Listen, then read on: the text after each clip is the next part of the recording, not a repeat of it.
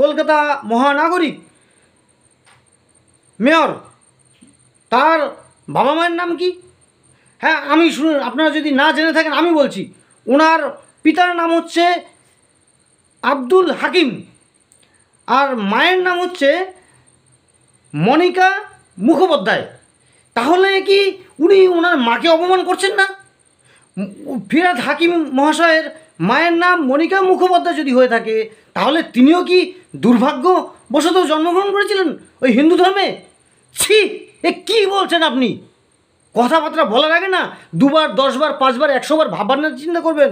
কারণ হচ্ছে আপনি যেখানে যে অবস্থায় যখনই কোনো কথা বলছেন, আপনি কিন্তু একজন জনপ্রতিনিধি এবং এই সমাজের একজন গুরুত্বপূর্ণ মানুষ।